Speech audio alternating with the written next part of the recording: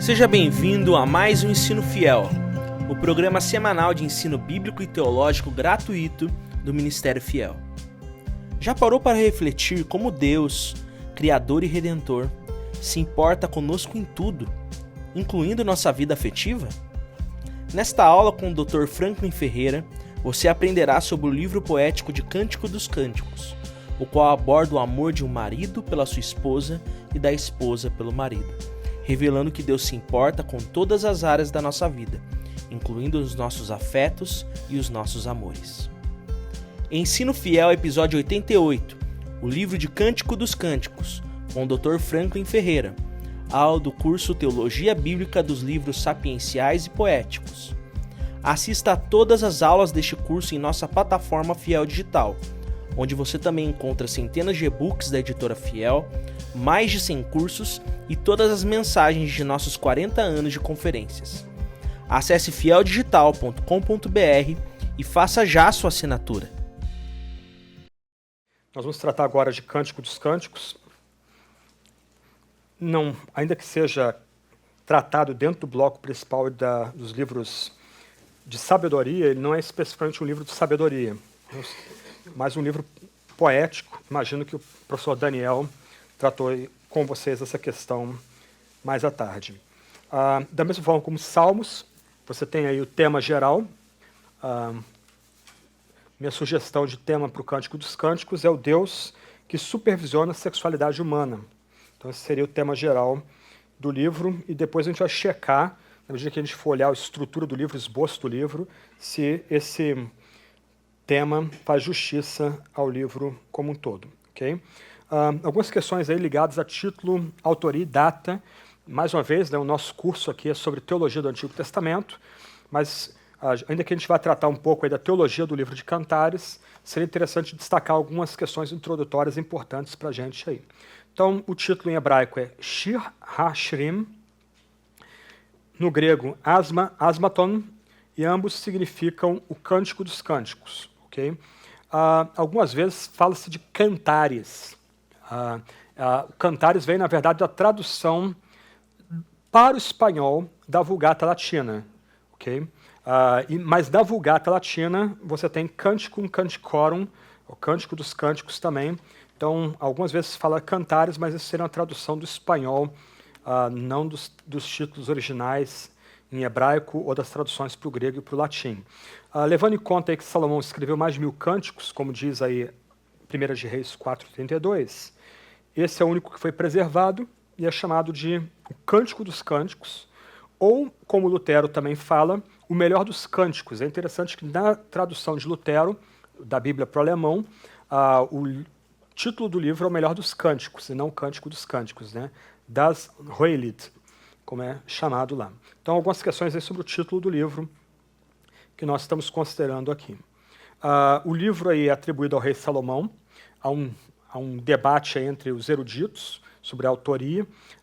Geralmente o pessoal mais ligado ao método histórico crítico, ligado à teologia liberal, vai dizer que seria um outro autor aí, não o rei Salomão, seria um autor aí alguma coisa do 6º ao 3º século antes de Cristo, a datação bem mais próxima da gente, né? Mas, tradicionalmente, tanto entre os judeus ortodoxos como entre o protestantismo e o catolicismo históricos, o livro é atribuído ao rei Salomão. Você tem algumas citações de evidências internas que apontariam para o grande rei como autor do livro. Um ponto curioso é a menção às éguas em Cantares 1:9. 1 de Reis 10 diz que Salomão importou cavalos do Egito de Coa. Até então, os cavalos eram mais empregados pelos povos da planície, como os egípcios, os filisteus, os sírios, do que em Israel, a parte ali mais montanhosa do reino de Israel. Mas Salomão importou cavalos do Egito. É interessante que Megido, ou Megiddo, que é um sítio arqueológico muito famoso em Israel, se descobriu estábulos imensos para acomodar pelo menos 450 cavalos ali naquela cidade. As baias, cada baia cabendo 25 cavalos. E esses eram cavalos para puxar carros de guerra. Okay? Lembra que Megiddo domina o vale de Jezreel, um lugar de passagem importantíssimo no norte de Israel, o Vale dos Reis, como é chamado, né? Então, quem invadir Israel vindo da Síria passa ali.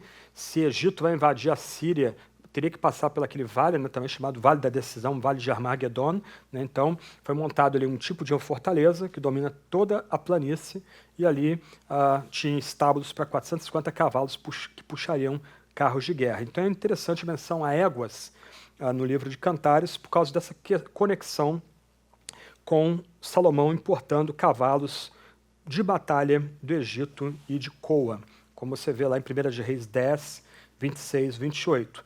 Um ponto importante aqui para uma datação mais antiga, no caso aí sendo Salomão o autor do livro, a data mais plausível aí de composição da obra seria o 10º século a.C., 950, 930, alguma coisa assim. Um ponto importante a favor dessa teoria é que o livro não dá nenhuma ideia do reino dividido. Okay? Não há menção à divisão da monarquia, guerra civil, reino do norte, reino do sul. O livro pressupõe um reino unido. Okay? Inclusive, algumas palavras que eu quero mencionar alguns pontos ali, tem a ver com isso. Então, me parece que esses seriam argumentos que ajudariam a atribuir o livro ao rei Salomão como autor do livro e uma data recuada, 10º século a.C. Okay? Aqui uma ilustração que eu achei bem legal, de um manuscrito hebraico, preservado em Florença, um manuscrito do 15º século do Antigo Testamento. Então, primeiro verso de Cântico dos Cânticos, você tem um desenho de um menestrel tocando para o rei Salomão. Bem legal esse quadro aí. Contexto geográfico, é bem interessante a descrição que se faz de Israel, ainda que haja alguns vislumbres da corte em Jerusalém, o cenário é basicamente campestre, basicamente do campo, o cenário.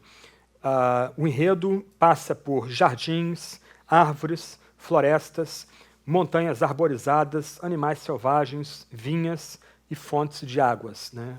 Oásis. Os locais variam desde En-Gedi, Jerusalém, bem no sul de Israel, até os montes Hermon e Líbano, bem no norte, no extremo norte de Israel. Então, não há nenhuma noção nessa descrição geográfica da divisão dos dois reinos que vai acontecer depois da morte de Salomão. Aqui outro quadro bem famoso, exposto na Tate Gallery, em Londres, na Inglaterra, A Amada ou a Noiva. Né? Então, eu achei bem bonito o quadro, porque a noiva é central, sulamita, né? Que não é o nome, é a origem, o lugar de origem dela, sulamita, mas ela é destacada aí sendo servida por várias damas, inclusive uma dama etíope, segundo o pintor. Né? É bem legal isso aí, um tipo de ambiente meio cosmopolita também em Israel no século X a.C. Tema e propósito. Um ponto importante aqui, causa desconforto, e tem causado desconforto entre intérpretes do passado e do presente, é que esse é o único livro bíblico que não há referência à lei, pacto, Yahvé ou sabedoria. No caso, as 3 primeiras palavras não são mencionadas uma única vez no texto bíblico de Cântico dos Cânticos, ok? O nome de Deus não é mencionado uma única vez no texto. Esther se dá o mesmo. Esther, o nome de Deus é citado uma única vez lá. Mas lá há algumas outras razões, talvez o tipo de desafio que é imposto a Esther, servir a Yahvé no ambiente palácio, não no ambiente culto. Então, a linguagem do palácio é uma linguagem diferente da linguagem do culto, ou refletindo uma comunidade secularizada, aculturada, melhor dizendo, e mesmo assim sob a proteção divina e o cuidado divino. Quer dizer, são pessoas que já não têm temor a Deus, eles se aculturaram àquela cultura, mas Deus continua velando por eles. 2 possibilidades no livro de Esther. Mas, no caso aqui de Cantares, essa linguagem do rito, a linguagem da aliança, do pacto, e o nome do próprio Deus não é mencionado uma única vez no texto bíblico. Okay? Mesmo o conceito de sabedoria não é mencionado uma única vez no texto bíblico de Cantares. Daí o fato de Cantares, ainda que esteja dentro da seção de sabedoria, tem que ser melhor tratado como um poema e não como um texto de sabedoria. Okay? Personagens principais. Ainda que liberais tenham sugerido 3 personagens principais, Salomão, que seria o intruso, o noivo e a noiva, geralmente se fala de 2 personagens centrais apenas, o rei Salomão e a Sulamita, que mais uma vez não é nome próprio, é o nome do lugar de origem dessa jovem, dessa noiva, que seria uma vila ao norte de Jezreel, em Sacar. Por incrível que pareça, a mesma região perto de Megido, ou Megiddo, onde havia o quartel com os cavalos para puxar os carros de combate. Um ponto importante nessa altura aqui, quanto à autoria de Salomão, é a própria estrutura em que o livro é colocado na Septuaginta.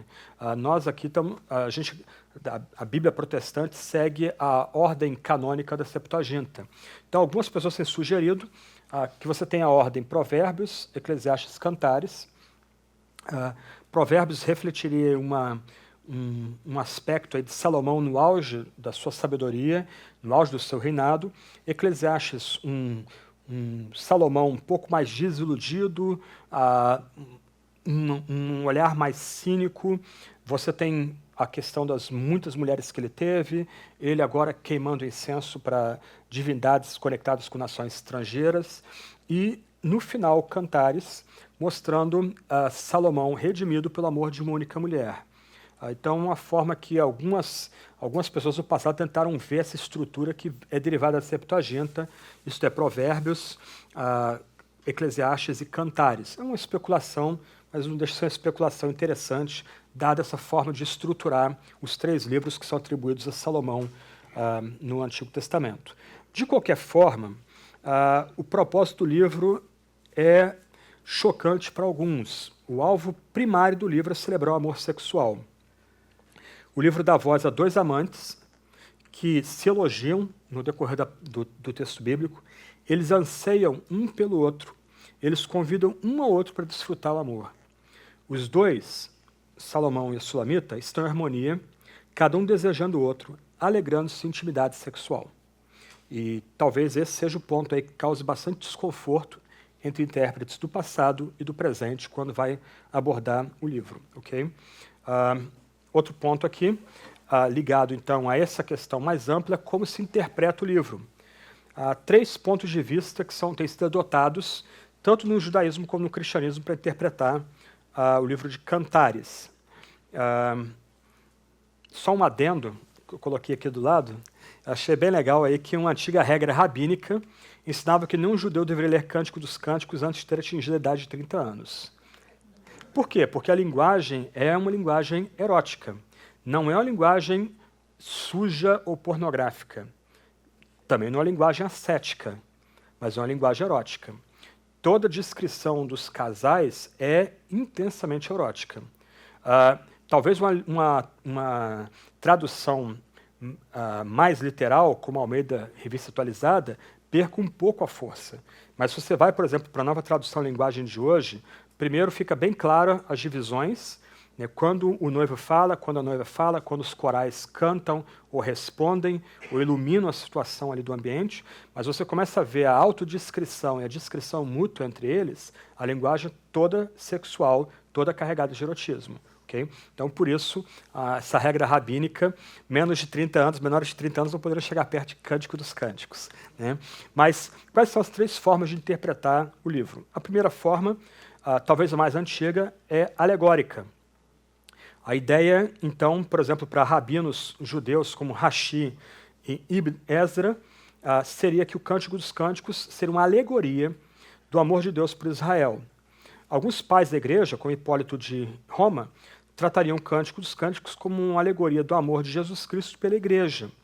Ou, no caso de Orígenes, Gregório de Nissa e Bernardo de Claraval, já na Idade Média, Cantares seria uma alegoria da união mística da alma do fiel com o próprio Deus. Bernardo, um dos meus pais medievais prediletos, ele pregou 86 sermões em Cantares 1 e 2, só nessa perspectiva. Okay? Então, o livro de Cantares seria uma grande alegoria, celebrando a união mística da alma do fiel com Deus ou com Jesus Cristo. E a ideia aqui é lembrando do método alegórico, cada detalhezinho do livro tem alguma ligação com a fé cristã e com a devoção e a mística cristã, ok? Nesse sentido, pouco importa se a história foi um evento literal, Salomão foi o autor do livro, Salomão está sendo descrito ali, os detalhes históricos não importam. O que importa é o simbolismo místico do livro. O que o intérprete ele achava, ou ele acha, no livro de Cantares, quando ele o interpreta alegoricamente? Alguns temas aí que são enfatizados nesses tratados alegóricos, esses comentários alegóricos de Cântico dos Cânticos. Buscar encontrar, desejo de intimidade, alegria da comunhão ininterrupta, arrebatamentos e êxtases da consumação, os impedimentos ao companheirismo, as ameaças de ataques externos e internos, a manutenção da intimidade, o apego, a lentidão em reagir, reconciliação depois da ruptura, poder do louvor, os pecados que atrapalham. Então você começa a ler comentários da patrística de Cantares, comentários medievais de Cantares. Tomás de Aquino, o último livro que ele começou a escrever antes de falecer foi um comentário místico de Cantares, de Cântico dos Cânticos, né, para ser usado, inclusive, no rito da ceia. Esses temas estão todos presentes nesses livros. E todos da perspectiva do fiel com Deus, da igreja com Jesus Cristo. Okay? Então, o livro de Cantares sendo lido como um livro de devoção entre o fiel e Deus, igreja, Jesus Cristo. Cristo procura a igreja se perde de Jesus por causa do seu pecado, a igreja se reconecta com Jesus porque Jesus a procura incessantemente, a celebração dos anjos, etc, etc. Então, esses são alguns temas presentes nesses comentários alegóricos ao livro de Cantares. Segunda forma de interpretar o livro é o significado literal, que, por incrível que pareça, é o predileto da maior parte dos eruditos protestantes do século XIX, começo do século XIX, ou final do século XIX, começo do século XX. Quase todos os livros que eu consultei para preparar a palestra, eles vão tratar de Cantares um foco puramente literal. Então, a ideia desses comentaristas é que a história retrata o amor de dois amantes e o livro enfatiza elementos éticos relacionados à paixão e ao casamento. Okay? Então, esse é um segundo nível, uma segunda forma de ler o livro de Cântico dos Cânticos, buscando apenas o sentido literal da história e destacando os princípios ou aplicações para o relacionamento conjugal entre aqueles que estão debaixo da aliança ou estão em aliança. O terceiro, eu recomendaria o Goldsworthy. Ele tem uma sessão, inclusive, que ele vai debater como interpretar tipologicamente Cantares, é tratar o evento literal. Primeiro forma de tratar o livro é tratar o livro literalmente, descobrindo que o livro quer ensinar, de fato, como literatura poética, inclusive destacando as belezas do amor passional, mas numa segunda camada de interpretação, já que o tipo e o antítipo do Novo Testamento, tratar o livro também como uma espécie de parábola ou uma história do amor de Jesus pela igreja. Então você lembra, por exemplo, de Efésios 5, capítulos 24 a 33, toda a linguagem de Efésios ali, a linguagem primária é do casamento, a linguagem de fundo é de Cristo dando a si mesmo pela igreja. E toda a linguagem de fundo, doutrinal, teológica, como queira, ela é usada para guiar a vida do casamento. Então, Cristo se entrega por amor à igreja, assim o marido deve amar a sua esposa. Porque Cristo se entregou pela igreja, dando a sua vida por ela, a igreja deve ser submissa a Cristo. Então, assim como o homem ama a sua esposa a ponto de dar a vida por ela, assim a esposa se entrega ao marido, entrega a sua vida ao marido. Né? Então, o terceiro modo de interpretar o livro de Cantares seria o modo tipológico, onde se entende a história como evento literal, a história retrata a beleza do amor conjugal debaixo da bênção divina, mas há um outro nível de interpretação, isto é, o amor descrito em Cantares também aponta tipologicamente o amor que Jesus tem pela igreja, se entregou por ela. Ok. De certa forma, o ponto focal do livro é devoção e paixão. Cântico dos Cânticos, então, é uma canção de amor, repleta de metáforas, e esse é o ponto aqui, que mesmo a interpretação tipológica não perdeu de vista. Esse amor de Cantares não é nem asceta nem lascivo. Okay? Nós enfrentamos duas tentações. Ou nos entregarmos a paixão puramente erótica, ou, do outro lado, rejeitarmos completamente o ato sexual, vermos o ato sexual como alguma coisa suja.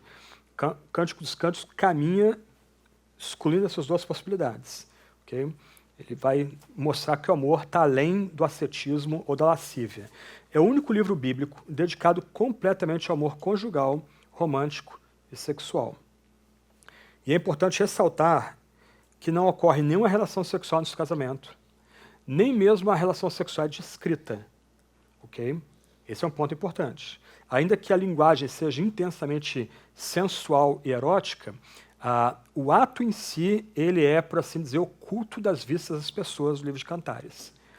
E o ato sexual ocorre no casamento, a consumação no casamento, não antes do casamento, o que marca um contraste com o que a gente vê hoje em dia nas novelas e filmes e contos, etc. e tal. Um ponto importante aí que esses dois autores, Schelling e Forrer, destacam. A importância do Cântico dos Cânticos deve ser vista não só no fato de que ele evita, de um lado, a divinização sacral do elemento sexual, de que estavam impregnados os cultos místicos de fecundidade do Oriente Médio, por partes. Você começa a estudar sobre os cultos do Oriente Médio, Baal, Astarote, todos são dedicados a sexo. As divindades são representações de órgãos genitais masculinos e femininos. Cantares faz uma ruptura com isso. Okay? Esse é um ponto.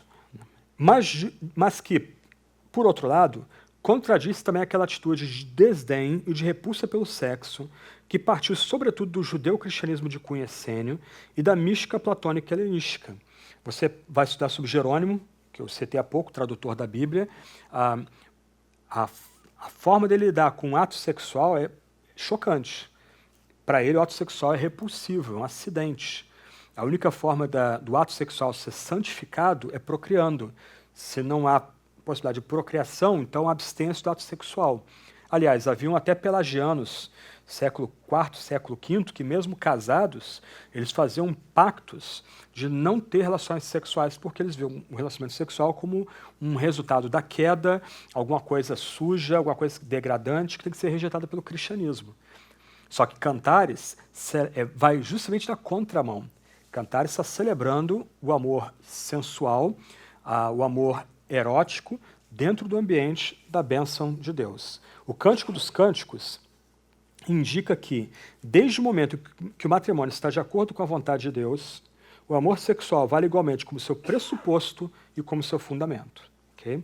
Então, ponto aí de destaque. Aqui mais um quadro, Sulamita, exaltando as glórias do rei Salomão para suas damas de companhia, né? Ela elogiando, um dos trechos de Cantares, ela elogiando Salomão para suas damas de companhia, um quadro do século XIX. O Rabi Akiva, talvez um dos mais importantes aí do primeiro e segundo século, ele diz o seguinte, do lado, ele é um dos que vão propugnar que menos de 30 anos, pessoas com menos de 30 anos não devem chegar a ler Cântico dos Cânticos, né? Mas do outro lado ele diz, o mundo inteiro não é digno do dia em que Cântico dos Cânticos foi dado a Israel. Todos os escritos são santos, e Cântico dos Cânticos é o santo dos santos. Ok? É bem legal, é provocador aqui na medida certa isso aqui. Tá? E aí entra outro ponto. Curiosamente, na Bíblia hebraica, o Cântico dos Cânticos está separado dos outros livros de sabedoria. Ele está nos rolos entre os pequenos livros, junto com Ruth, com Esther, com Lamentações. E é interessante que Cântico dos Cânticos é lido na leitura ritual por ocasião da Páscoa, a celebração da libertação do povo hebreu do Egito. Então, na Páscoa, o livro que é lido é o Cântico dos Cânticos. Por quê? Uma citação um pouco mais longa do Eugene Peterson, de um livro em que ele comenta, inclusive, o livro de Cântico dos Cânticos. Olha que interessante a percepção do Peterson, que é baseada nessa tensão. De um lado, o livro retratando o amor sensual, passional, entre um homem e uma mulher debaixo da bênção de Deus. Do outro lado, os links entre esse amor e o amor divino pelo seu povo. Olha só. O Cântico dos Cânticos se apresenta como obra literária pastoral ao tomar o tema do amor que salva. Lembra que eu falei há pouco? A ordem na Septuaginta, o amor de uma mulher redimindo Salomão, etc. e tal. Ok. Ele pega o tema do amor que salva, o tipo de amor que resgata as pessoas da tragédia de nada ser e cria alguém cuja existência se perfaz em relacionamentos, e analisar de forma detalhada as intimidades diárias desse amor. As questões de relacionamento familiar proclamam, em linguagem que todos entendem, e através de experiências que não vão muito além do quarto de dormir, o amor transformador, sólido e irresistível da história do Êxodo. Assim, os versos do Cântico dos Cânticos nos protegem da tendência de transformar a fé vibrante numa religião sem vida. Eles evitam que anulemos a fé em Deus à medida que proclamamos a verdade de Deus. Cântico dos Cânticos põe freios na nossa tendência de reduzir a fé às tradições, ou de fazer dela um dogma meramente acadêmico. O livro realça que, embora os atos de Deus sejam impressionantes e suas verdades elevadas, elas não estão fora do alcance das pessoas comuns, nem longe das minúcias do dia a dia. Por isso que o livro dos Cânticos é o livro lido para celebrar a Páscoa. A ideia é que esse livro que retrata o amor com tal nível de intimidade e profundidade, de alguma forma reflete o amor de Deus pelo seu povo, refletido na libertação do Êxodo, grande poder e grande glória, etc. O esboço do livro é bem simples, a gente pode até dar uma passeada rápida aí pelo livro. Lembra aí o tema geral, né? O Deus que supervisiona e cuida da sexualidade humana. O livro é bem pequenininho, a gente pode passar literalmente os dedos aí pelas seções, né? A primeira parte vai do capítulo 1, verso 1, até o capítulo 2, verso 7. O que você tem é um diálogo entre o amado e a amada, e entre a amada e as mulheres, mostrando o desejo forte do amor, como o amor é algo forte diante desse casal. O desejo, né, pelo amor é forte desse casal. Do capítulo 2, verso 8, até o capítulo 3, verso 5, você tem o amor perdido e encontrado. E de um aspecto, é muito legal a sofisticação desse poema. Você tem todos os dramas de uma pequena novela aqui. Ambos se amam, um se afasta, a pessoa sente a perda, vai atrás, se reencontra, etc. Então você tem um drama no meio do poema, capítulo 2, verso 8 até 3, 5. 3, 6 a 5, 1, você tem a celebração e a consumação desse amor. Ok? Depois, do capítulo 5, verso 2, até o capítulo 8, verso 4, você tem a ansiedade do amor e a consumação. E no final do capítulo 8, verso 5 ao verso 14, você tem a natureza do amor verdadeiro. Inclusive, a sessão começa do verso 5 vai até o verso 7. Talvez seja a sessão mais famosa e mais citada do livro, né? Verso 6. Põe-me como selo sobre o teu coração, como selo sobre o teu braço, porque o amor é forte como a morte, a paixão tão inflexível quanto a sepultura. A sua chama é chama de fogo, labareda flamejante. As muitas águas não podem apagar o amor, nem os rios afogá-lo. Se alguém oferecesse todos os bens de sua casa pelo amor, seria totalmente desprezado. Então, a mensagem principal, primária do texto, é de fato celebrar esse amor entre um homem e mulher, e um amor que abarca não só elementos espirituais, posto que o pressuposto do livro é o casamento debaixo da aliança divina, da bênção divina, mas um amor que também se reflete em termos não só de amizade profunda entre o casal, mas um relacionamento passional entre o casal. Há realmente paixão entre ambos, né? Aqui um outro manuscrito medieval do século XII, e Salomão e a Sulamita sendo retratados como um casal real nesse manuscrito de Cântico dos Cânticos. Okay? Algumas qualidades literárias interessantes aí dentro do livro.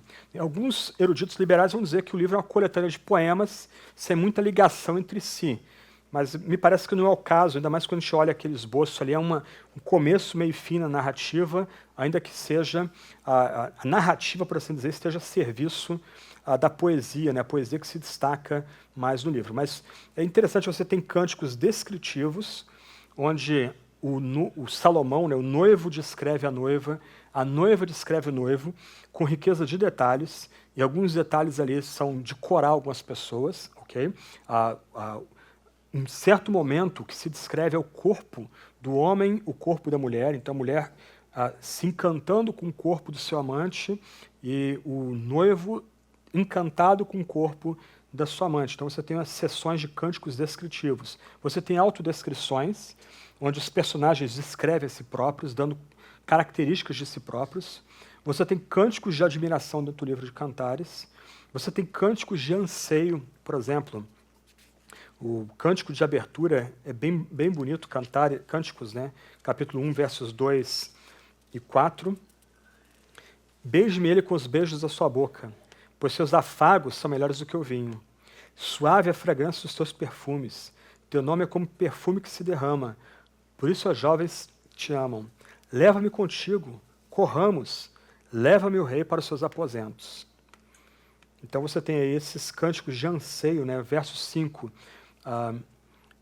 Eu estou morena, mas sou bela. Ó filha de Jerusalém, escura como as cintas de Quedar, bela como as cortinas de Salomão. Então você tem essas descrições, capítulo 2, verso 5, perdão. Sustentai-me com passas, confortai-me com maçãs, pois estou doente de amor.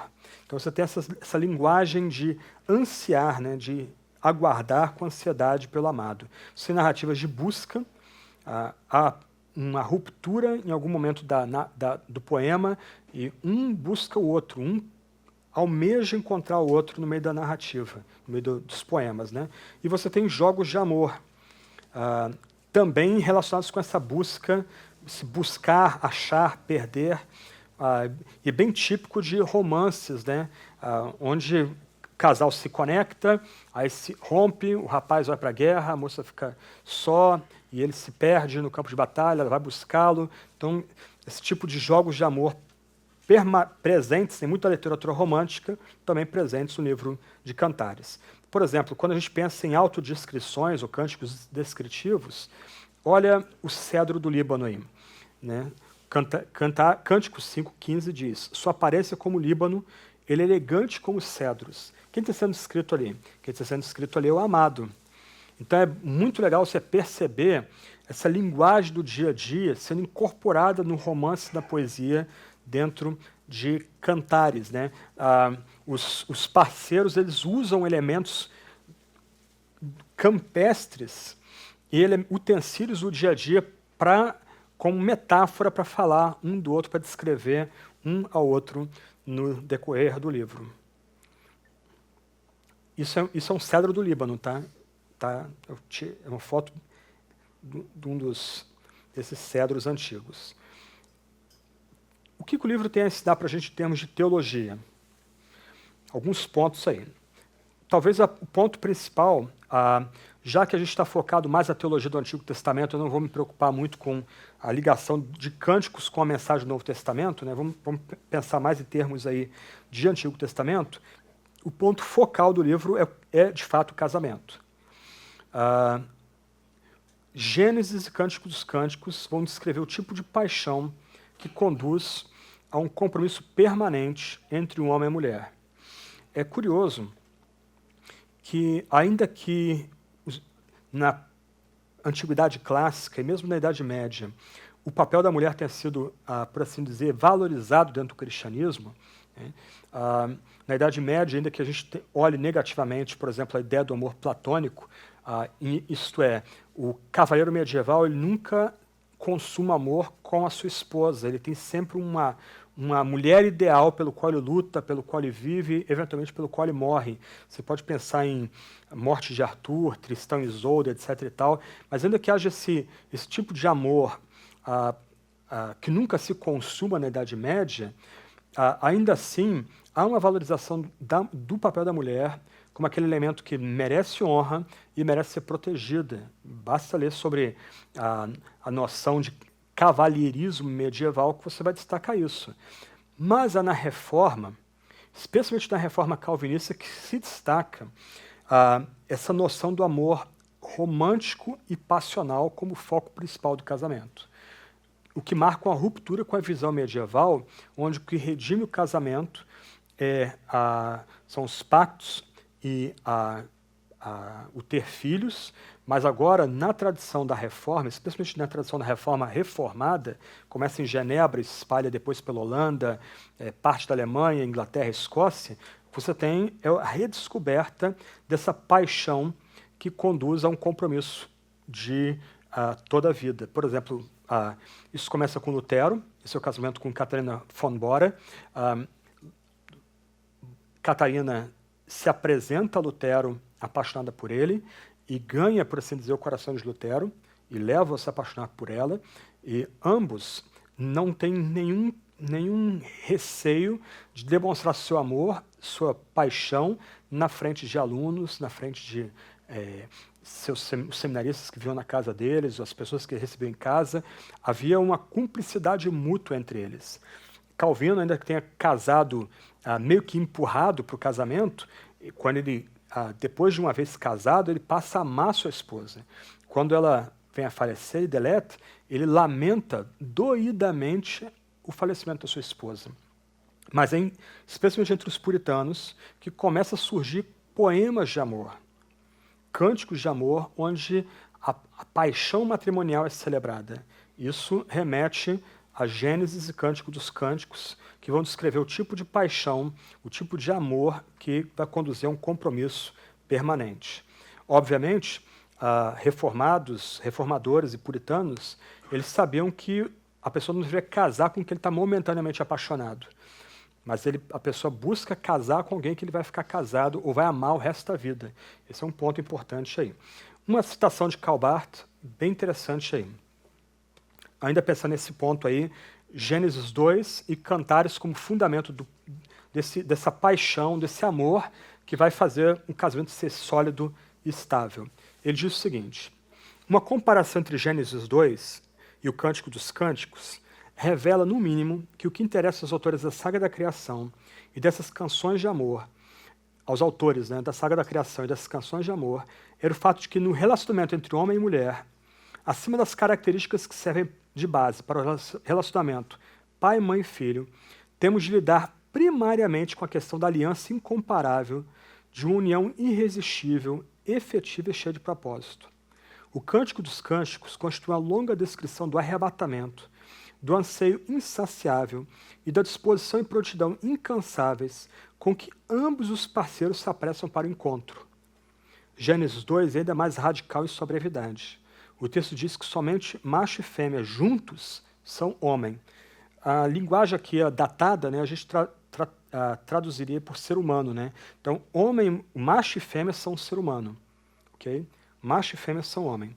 O macho sozinho não é ainda homem, pois não é bom que permaneça só. Nem a fêmea sozinha pode ser homem, pois ela foi tirada do homem. Eles se tornarão uma só carne. Portanto, Gênesis 2 fala de uma aliança firmada e selada de forma irrevogável. Estabelece no início aquilo que Cântico dos Cânticos tem como alvo. Foi por causa dessa aliança que Deus criou o homem como macho e fêmea. E o Cântico dos Cânticos concorda com isso. Com essa aliança em mente, homem e mulher precisam, podem e se apressarão para se encontrar, mesmo em face de qualquer obstáculo. Então, o primeiro ponto teológico do livro é que Gênesis e Cântico dos Cânticos descreve o tipo de paixão que conduz a um compromisso de casamento que é permanente. Ligado a isso, outro ponto importante do Cantares é a constância do casamento. Isso é desdobrado em 4 pontos principais aí. Primeiro, a constância é inerente às declarações de Cântico dos Cânticos sobre o casamento. O casal luta para que nada atrapalhe o amor deles. O casal luta contra tudo e contra todos para permanecer juntos. Então, o amor descrito em Cantares é um amor de constância e não as paixões, romances que adolescentes costumam ter uma hora está amando, outra hora descarta, uma hora gosta, outra hora desgosta. Mas o tipo de amor descrito aqui é um amor que é permanente e pronto a lutar contra dificuldades e inimigos externos e internos. Terceiro ponto. Aqui quer dizer, o segundo ponto do segundo ponto. Aqui é uma questão mais polêmica e importante para a gente, especialmente hoje. O amor conjugal descrito aqui, em outros lugares do cânon, é heterossexual por natureza. Lembra da citação de Barth? O ser humano é homem e mulher. Quem Deus criou a sua imagem e semelhança é homem e mulher, ambos juntos, com diferenças físicas, diferenças psicológicas, talvez até mesmo diferenças de foco de espiritualidade também. Mas o ponto aqui de Cantares é que o casamento é heterossexual por natureza. Você tem um homem e uma mulher que se amam, que se perdem, que se buscam e que consumam seu amor ao final do livro. A negação dos relacionamentos homossexuais em passagens como Levítico 18, 22, 20, 13, e a ênfase sobre os atos matrimoniais homem e mulher no restante do cânon aponta para a conclusão de que o casamento heterossexual é o único tipo de casamento sancionado no Antigo Testamento. E, pensando em termos estritamente literais, essa união de um homem e mulher, à luz do texto, tem que ser uma união passional. Okay? Não é uma união fria, uma união apática, mas é uma união passional que vai honrar Deus, vai celebrar, por assim dizer, Deus. Okay? Em outras palavras, o tipo de amor que você encontra em Cantares lembra a gente que há um amor maior que nos criou para esse tipo de encontro. Okay? Ponto interessante e importante do livro. Outro ponto aí, ligado ao segundo ponto. De modo algum, as escrituras afirmam que todas as relações heterossexuais são perfeitas, como já se pode perceber.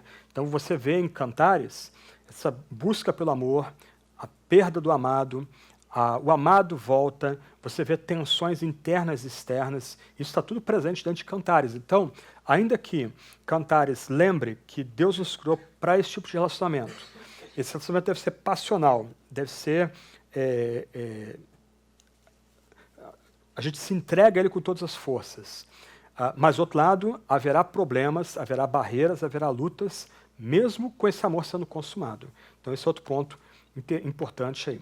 Só eu lembrei aqui do rito episcopal de casamento, lembra muito Cantares. Em algum momento do rito, o ministro vira para o esposo ou para a esposa e diz: você será devoto com o seu corpo a ela? E aí ele pergunta para a noiva, né? Você será devota com o seu corpo a ele? Então, a linguagem do rito de casamento remete a gente para o livro de Cântico dos Cânticos. Quarto e último ponto, esse ponto você vem do Paul House, Teologia do Antigo Testamento. Ele destaca que Cântico dos Cânticos oferece a sabedoria centrada em Deus a todos que quiserem entender. E o fato de que o próprio Salomão nem sempre atendeu aos seus ensinamentos não emudece seu valor, nem o tornam inválidos. Okay? Então, esse é outro ponto aí que eu diria o seguinte, se você precisa falar para casais da comunidade local, em vez de ficar usando textos, muitas vezes fora de contexto, ou usando a linguagem além da linguagem bíblica para tratar do ato sexual, do que pode e o que não pode fazer, o melhor seria se ater ao livro de Cânticos, expor o livro de Cânticos e deixar as pessoas preencherem os pontinhos do livro de Cântico dos Cânticos. O livro de Cântico dos Cânticos seria colocado como aquela visão ideal do tipo de amor que deve haver entre o marido e a sua esposa dentro do contexto de aliança e debaixo da bênção de Deus. Aqui mais um quadro do século XIX, e aqui um contraste interessante, do lado Maria, do outro lado Sulamita. Okay? Duas mulheres importantes dentro da narrativa bíblica, Maria aí com Cristo no colo, o cordeirinho do lado, a Sulamita esperando o noivo, olhando pela janela, esperando o noivo. Por fim, Cântico dos Cânticos declara-se o melhor cântico sobre o amor conjugal escrito até hoje. Ele é superior a toda a poesia amorosa e, portanto, merece a nossa plena atenção. Ele escreve amor em termos poéticos em vez de práticos. E aqui é o ponto. Muito pregador, muito mestre cristão fica tentado a ficar dando aulas de ato sexual, etc. e tal. Olha só o ponto aí. Isso contrasta com a ênfase atual que é dada a mecanismos e técnicas de relação sexual e que tão facilmente degradam o relacionamento. O que Cantares coloca diante da gente é o ideal de um relacionamento passional entre homem e mulher. O mandato do Novo Testamento é que seja o leito sem mácula, né? Mas me parece que ir além disso é impróprio. O obreiro está se arrogando falar onde a Escritura não fala. Então, a gente para onde a Escritura para, literalmente. Lembra que Cantares, você pode dar uma olhada depois, ele fala da consumação, mas ele não dá detalhes da consumação. Nos é vedado o que ocorre entre o noivo e a noiva. Toda a descrição do amor e da paixão é dado. Todo poema, todo romance é dado. Mas o que eles fazem na tenda é escondido da gente, escondido do coral. Me parece que essa é uma lição sábia que a gente faria bem em aprender. Obrigado por ter nos acompanhado em mais um episódio do Ensino Fiel. Não se esqueça de avaliar ou curtir este episódio e de compartilhar também com outros irmãos. Até a próxima. Que Deus te abençoe.